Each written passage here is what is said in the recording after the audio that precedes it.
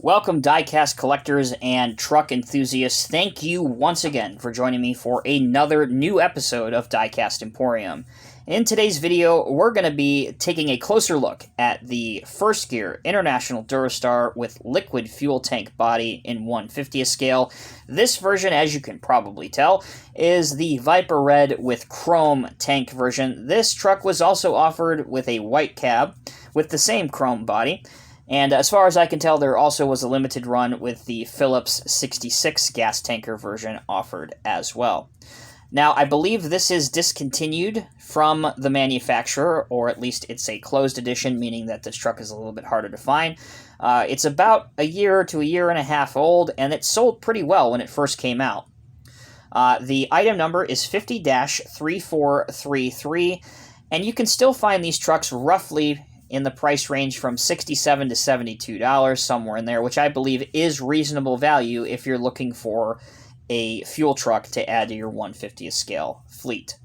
So let's take a look at the packaging first as we begin the unboxing review, and it's at this point that I want to point out that, honestly, to me, the packaging design and aspect of any model is really something that I think some manufacturers need to pay more attention to, because it's what grabs our attention initially. It's what helps sell the product.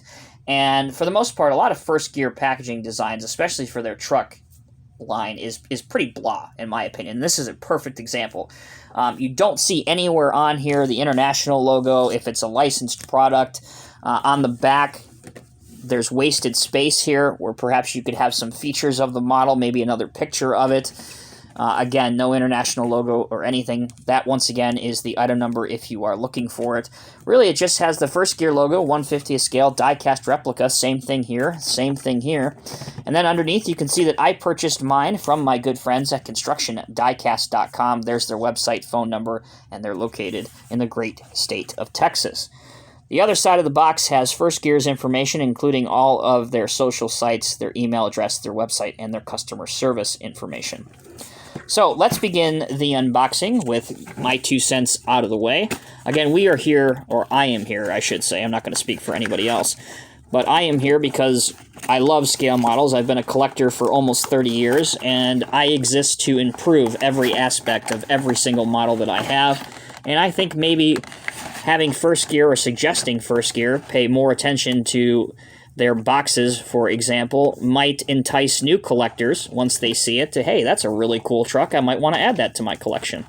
The packaging for this model is very simple. It's just 2 plastic pull-apart formers that really, there's no twist ties. All you have to do is cut a piece of tape right here and right here.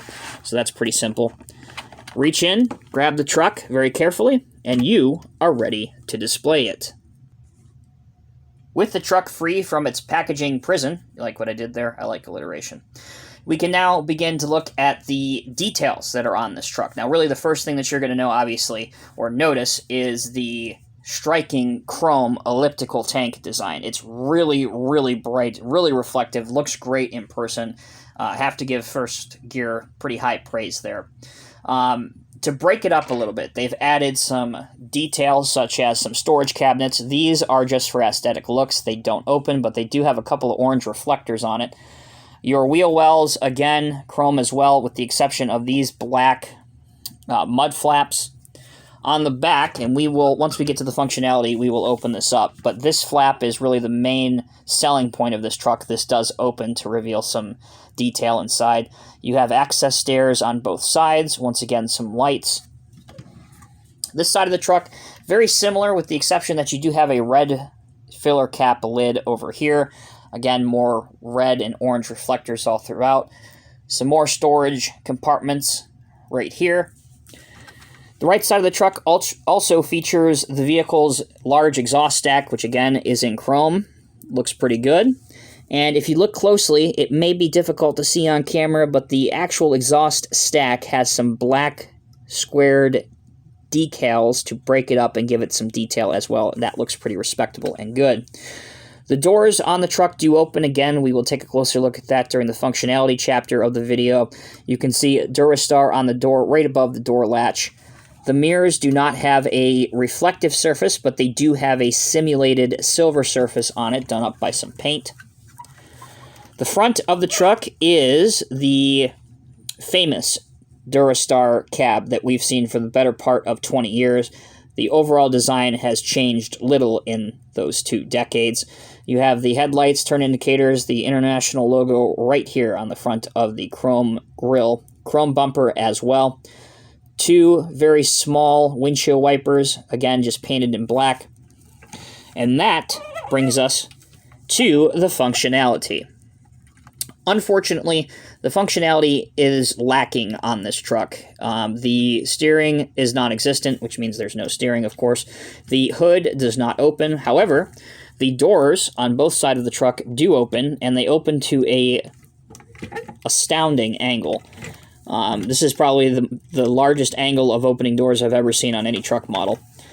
As you can see here, you will have no issue at all getting a figure inside the truck cab if you want to put one behind the wheel or even one in the passenger seat. That will not be an issue for you whatsoever. Now, the other working feature on the truck is obviously its main selling point, as I alluded to earlier, and that is the fact that this door flips open. And the rear door has some overhead hose, reel, and some line details. So let's take a look at that right now. Easiest way is just to lift the truck up and gently shake it like I did. Now here you can see the aforementioned detail that I showed you. Again, with the light, it's hard to see with some shadows casted by the top portion of the door latch. And again, another thing that's unfortunate is, and I have checked with a handful of other collectors that have this model before I reviewed this, just to make sure that it wasn't a defect on mine specifically, but unfortunately, the latch on the back does not stay open by itself. As you can see, as soon as I let go, it slams back shut.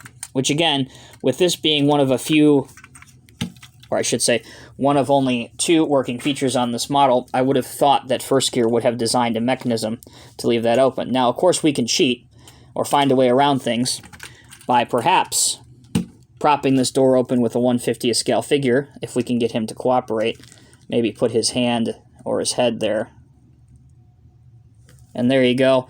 So you can have a satisfactory pose there. If you're having some equipment or trucks getting worked on in a diorama, you can have the guy in the back lifting up the hatch. So that's one posing opportunity. The other working feature is the fact that the wheels roll, which you would expect on any 1/50th scale model, let's be honest. So that's not really a feature.